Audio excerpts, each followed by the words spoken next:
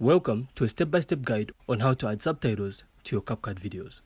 So firstly, you're going to have to import the video you want to add subtitles to. So to add subtitles, simply tap on the text button at the bottom of your screen, and you can then select Auto Captions.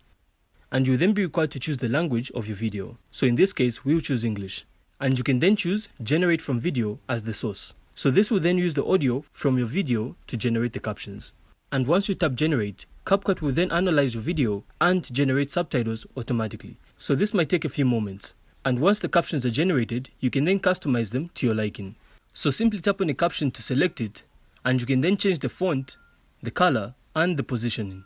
So any changes you make to one caption will then be applied to all the other captions. And to preview your video with the subtitles, you can then tap on the play button and adjust the timing of your captions if needed. And finally, once everything is done, you can then tap Export and choose your desired resolution and export settings. So that's simply how to add captions on Capcut. So if you found this insightful, please consider supporting the channel by leaving a like, a comment, and of course subscribe. Then we'll see you in the next one.